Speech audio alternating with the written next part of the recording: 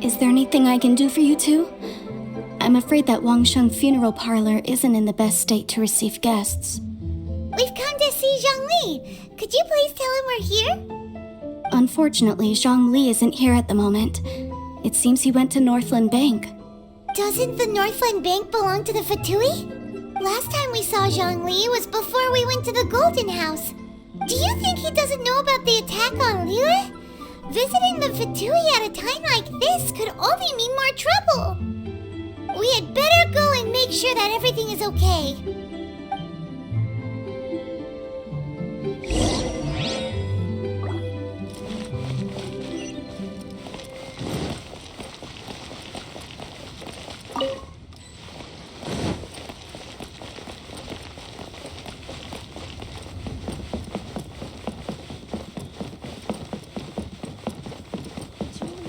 What should I put in my letter?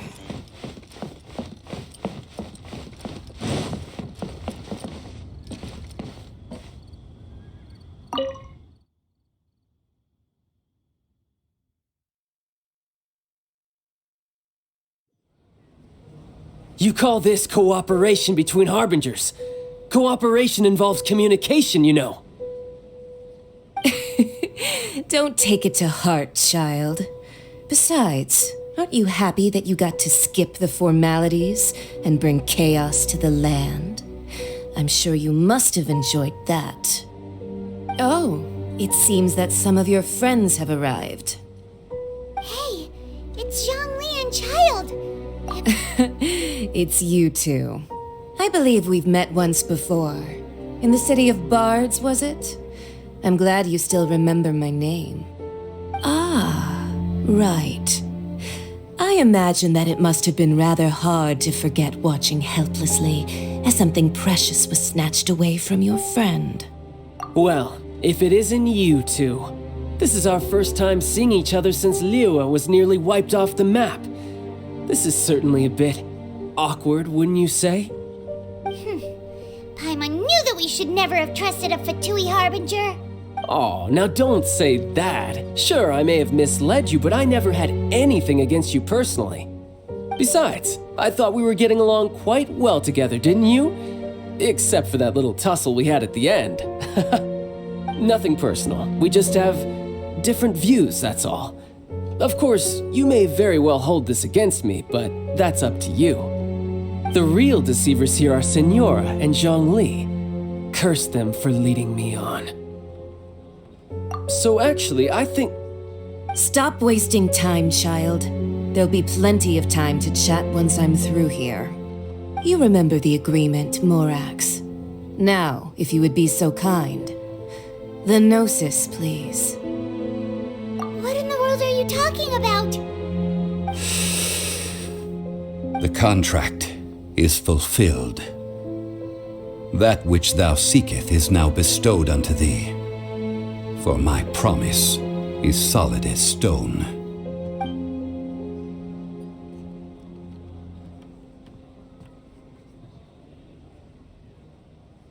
How sanctimonious. What? So you're the Lord of Chiao? No, wait! That's an exciting twist and all, but why give the Gnosis to the Fatui? I do not give it for free. I give it as agreed upon in the contract, for it is a matter solely between the Tsaritsa and I. Yeah, you don't think you went a little bit too far with that whole fake death thing? Everyone was preparing the ceremony for you, and splat! This big dragon falls out of the sky, and all of Liyue goes into an uproar. Talk about a disaster. gathering all the forces that had been bubbling behind the scenes, and then stirring them together in a pot that was bound to boil over. That's what he wanted to see, am I right? Wait, what? Perhaps it's best that I explain. As you know, I've dwelt upon this world for more than 6,000 years. I witnessed the founding of Liyue, together with the Adepti 3,700 years ago. Even boulders that can withstand whirlpools will erode with the passing of time. I kept convincing myself that cracks had not begun to form, and that the end of my time had not yet come, until one drizzly day, as I was strolling along the harbor, I heard a merchant tell one of his workers, "You've finished your duties. Go ahead and call it a day." I stood motionless among the crowds, asking myself, have I already finished my duties? Oh, Zhongli. But as I began to consider relinquishing my divine role, I soon discovered that many reasons still remained to not hastily depart. Was Liyue, the city I had dwelt in for so long, already prepared to enter its next age? I decided that a test was needed in order to reveal the answer. So I feigned my own death and gathered the cast of Child, the Adepti, and the Liyue Qixing to play their roles together on the stage that was Liyue. Indeed I was. The gnosis which I had kept for so many years suddenly seemed to have lost its meaning. That's right, which is why I continued to safeguard the gnosis until now.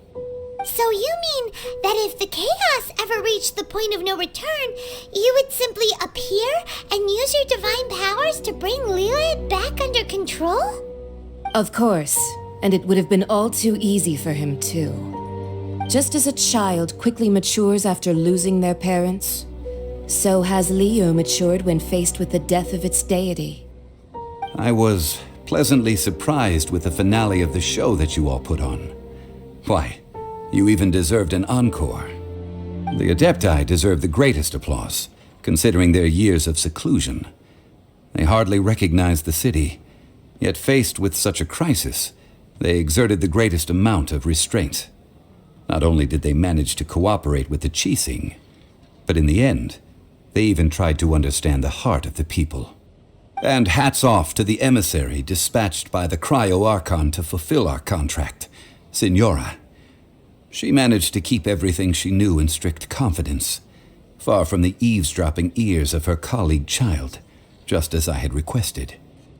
All the while, I carried on as Zhongli, and fulfilled the traditions of Liyue in this mortal form. Thank you for walking that path with me, Traveler. These things were all a part of my script. The only unforeseen plot twist was the conduct of the Liyue Qixing.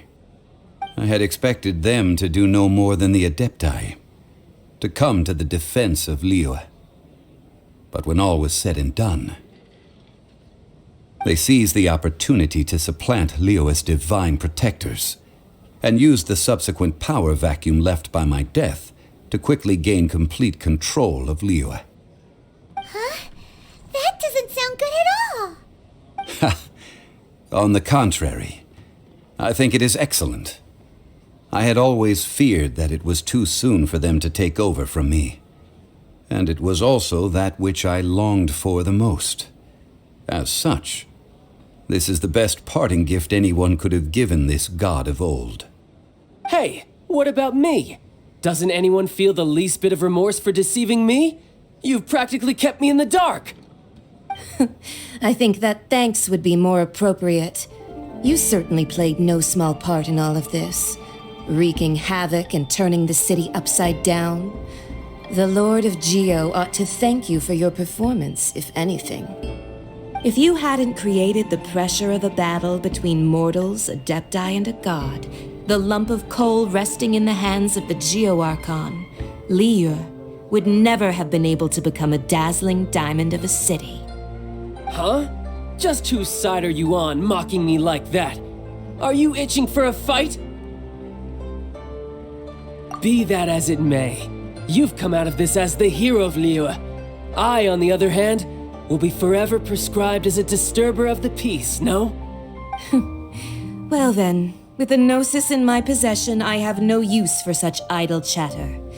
We should return to Zapoljarny Palace and seek an audience with Her Majesty, the Tsaritsa. Come, child. Fine. I'll meet you there later. I'm not sharing a boat with the likes of you. Do as you wish.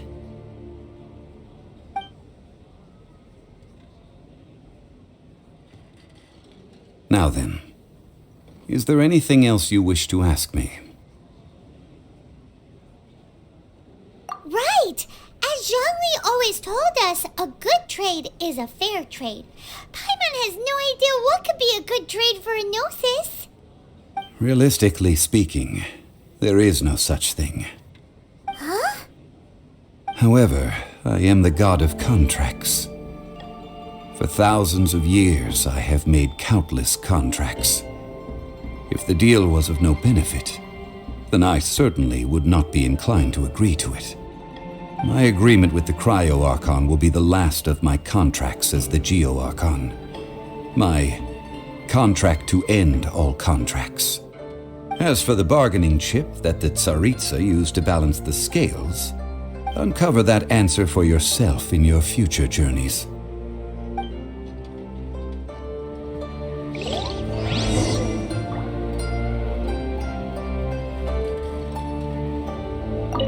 Paimon can't absorb so much information at once. So, Zhongli, what sort of contract did you sign with the Cryo Archon? Paimon's so curious. One of the clauses of our contract was not to divulge any of its contents. You're so petty.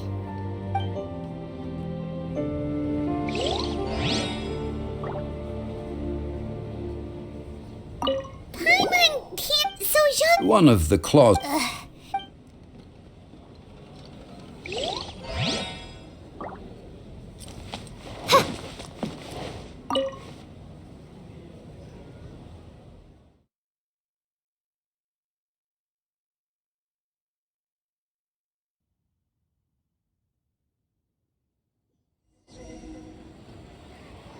Today's the day of the rite of parting.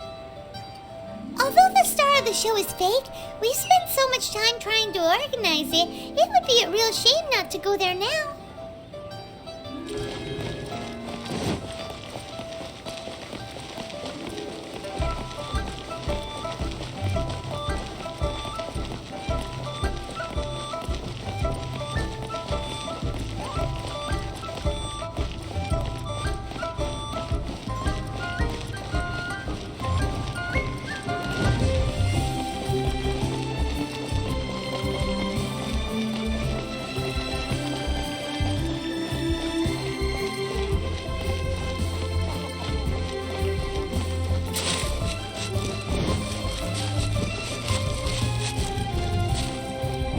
Well, since we're going through with this rite of parting, I guess it means that those rumors hit the nail on the head. So Rex Lapis is really... But they didn't catch the culprit, did they? Oh, come on. Do you think that the assassin could have been a normal person? You know what I think? I don't think any of the gossip on the streets you hear from those shady types is worth anything. There's only one real possibility in my mind. I've heard that the assassin was that Fatui fellow. Youngish, pretty high in rank. I think they called him Child. The Fatui? They certainly are very suspicious. Who knows what those greedy, crooked folks... Shh! Lower your voice. If the Fatui catch you in their sights, Rex Lapis won't be around to protect you this time.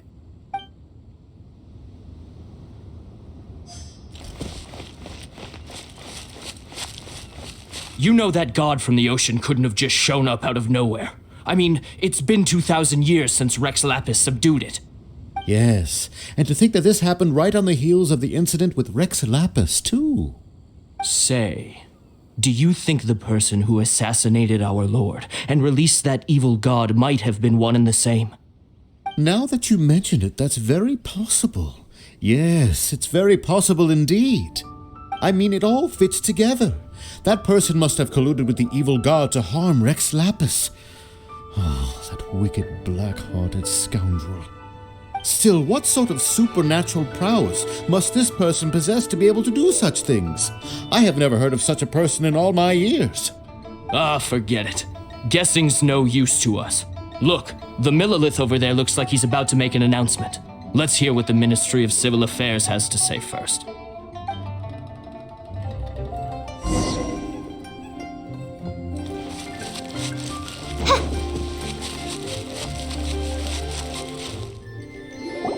Hear ye all, the Qixing's words.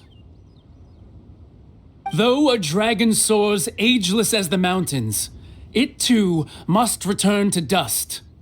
This is common knowledge. Gods and Adepti live glorious lives, but both light and shadow have their season. So too must they face divinely appointed trials. Rumors and hearsay abound on the streets that Rex Lapis was murdered. Now, let the truth be revealed. Having been thwarted in his trial, Rex Lapis's soul has recouped the celestial heights. He beseeches the people of Liyue to grieve not and to let not their hearts be saddened. Nor are they to believe street-born rumors or indulge in baseless speculation.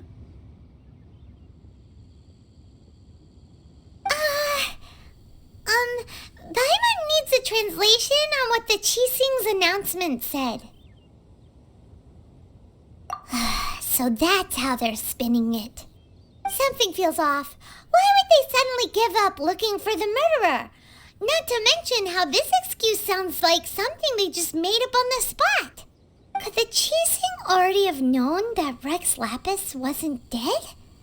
But Zhongli said that neither they nor the Adepti knew anything. Did Zhongli tell them in secret after his gnosis changed hands? Exactly, right? Ooh, seems like the rite of parting has been going on for a while now. Let's go have a look.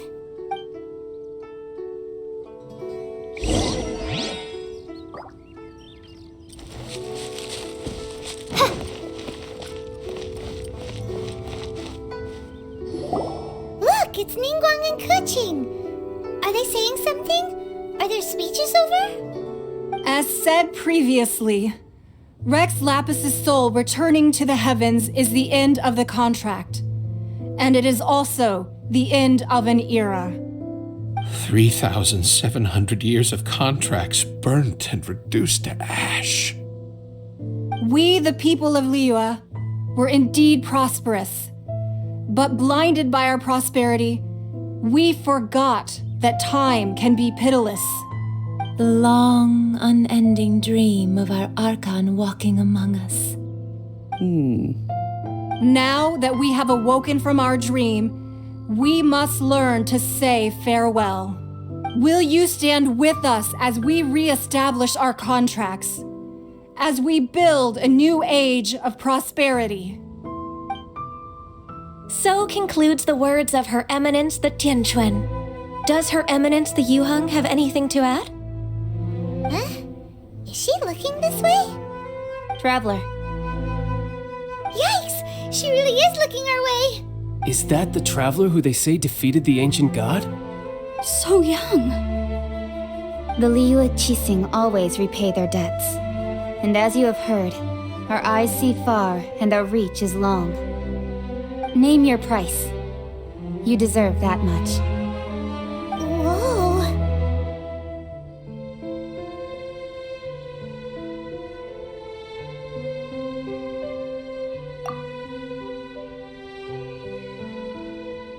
Well, could you help me put up some missing person posters?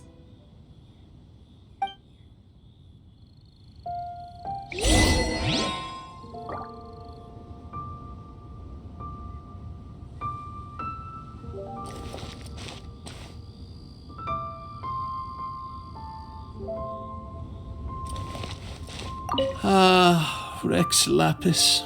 Rex Lapis. Now that I think about it, if everyone's of the same mind as me, perhaps mementos for Rex Lapis might be the best short-term business opportunity.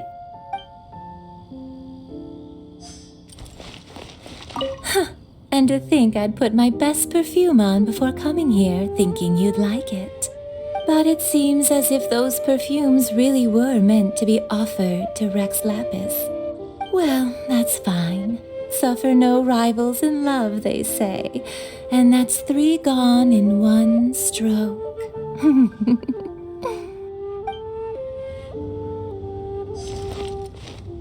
As for the mortals and adepti of Liyue, what shape shall our relationship take from now on?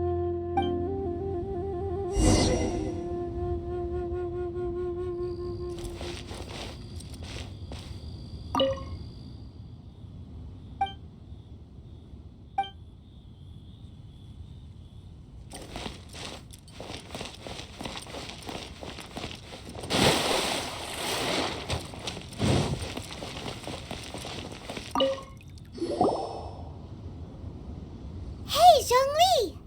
Look at this. Everyone in Liyue is caught up in their emotions, thinking that they'll never see Rex Lapis again. And here you are looking all relaxed. Why would I not feel more at ease after laying down the burden I have borne for 3,700 years? Right, if the two of you can spare the time, I should treat you to a meal at the Xinyu kiosk. Ha! That sounds like big talk, Zhongli. Paimon might have believed you if you were treating us to some third-round knockout, but you'd have to pay out your nose just to stand inside Xinyu kiosk. Are you sure you can afford it? You're right. I do like the Mora. But why would Morax lack Mora? As the Rex Lapis Morax, I can easily create Mora. But since I have chosen to walk this earth as the mortal Zhongli, I should abide by the same rules that mortals do. When I was journeying with you, though I still had the Gnosis in hand, I knew that I must soon retire from my role as an Archon, so I had to rehearse a little for my new life. Oh, no wonder! Paimon gets it now. You didn't look at the price tags when we were spending because you've never had to. But since you weren't used to not being able to just make more Mora as and when you wanted to, you had to try becoming a parasite to society who lives off of other people's credit. Well, we were only spending Fatui money. You don't have to say it like that. In the City of Commerce, we do not merely exchange money or goods. We also exchange knowledge, memories, and foresight, as well as positions, roles, and lives. The Archon Morax could never experience life as the true mortal Zhongli could, no matter how many times he descended to be with his people. I must thank you for that. I will treasure the memories that I made as Zhongli, traveling the streets of Liyue with you. That is true. But there is no journey that does not end. No meetings without partings. Paimon thinks that we should make a move and continue our search for the 7. I fear that continuing your journey may be difficult. The nation that neighbors Liyue by sea, Inazuma, is presently closed. Yes, the nation has been closed by order of its deity, the Electro-Archon Ball. And just as the people of Liyue preferred to call me Rex Lapis, she too goes by another name among locals in Inazuma. Paimon thinks we've heard that one before. Raiden? That is the case. And since Raiden is also the shogun of the Inazuma Bakufu, people call her the Raiden Shogun. That said, though people at the wharf were saying that the situation in Inazuma is very tense, Paimon doesn't remember that always being the case. It wasn't that bad last year. Zhongli, since you're Rex Lapis, shouldn't you know something about what's happening there? Just how did Inazuma become a closed nation? It's because of visions. Visions? When faced with circumstances beyond their control, humans often bemoan their lack of power. But if a person shows true strength of will at a desperate and fateful moment in their life, the gods will look upon them with favor. This is what visions are. Magical foci bestowed upon those who have been acknowledged by the gods. Uh-huh. That's how people in Teyvat see it. But starting from last year, the Raiden Shogun began promulgating the Vision Hunt Decree. Vision Hunt Decree? Yes.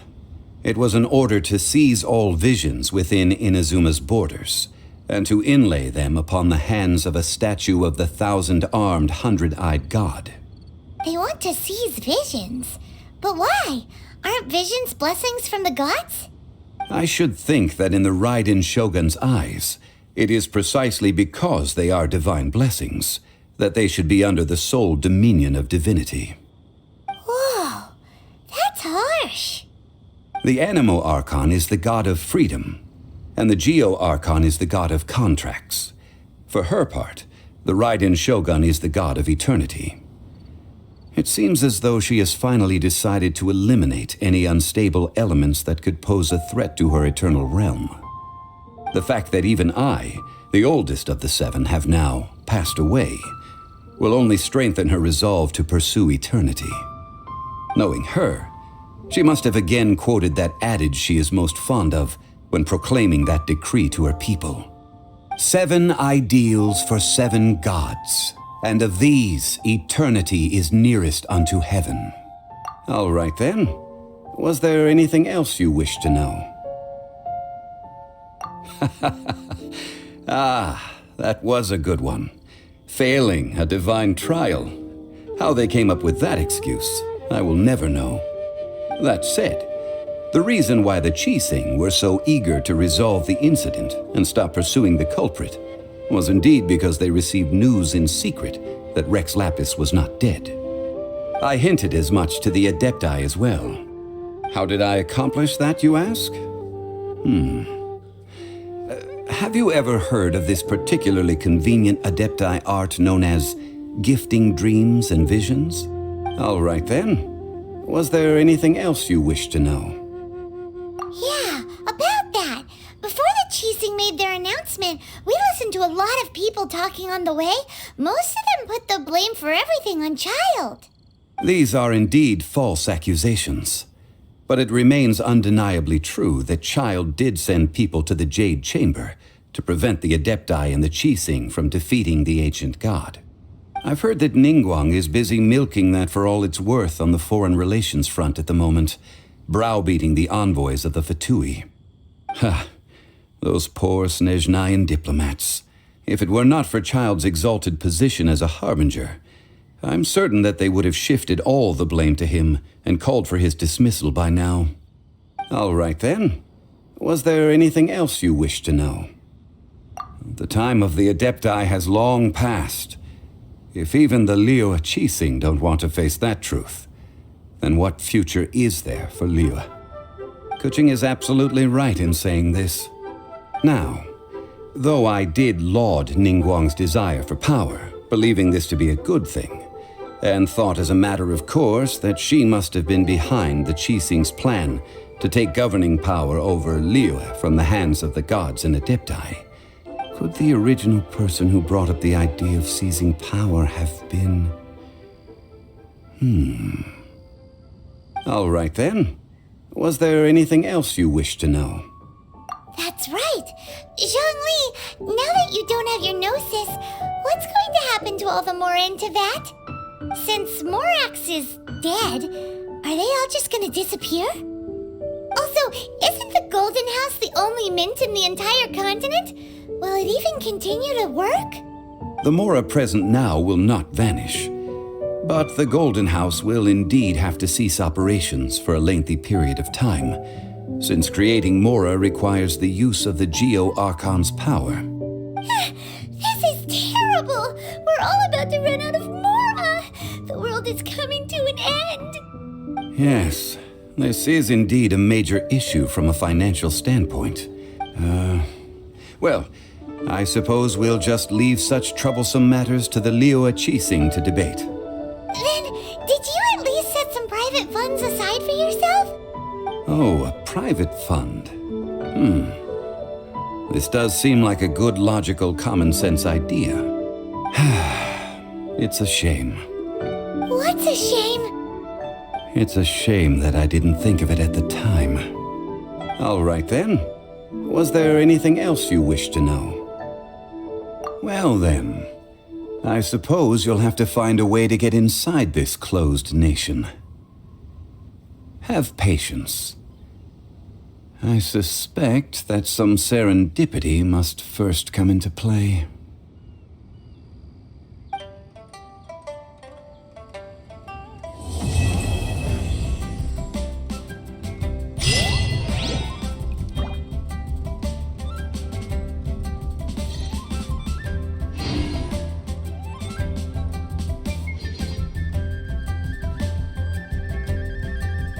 I hear the voice of fate, speaking my name in humble supplication.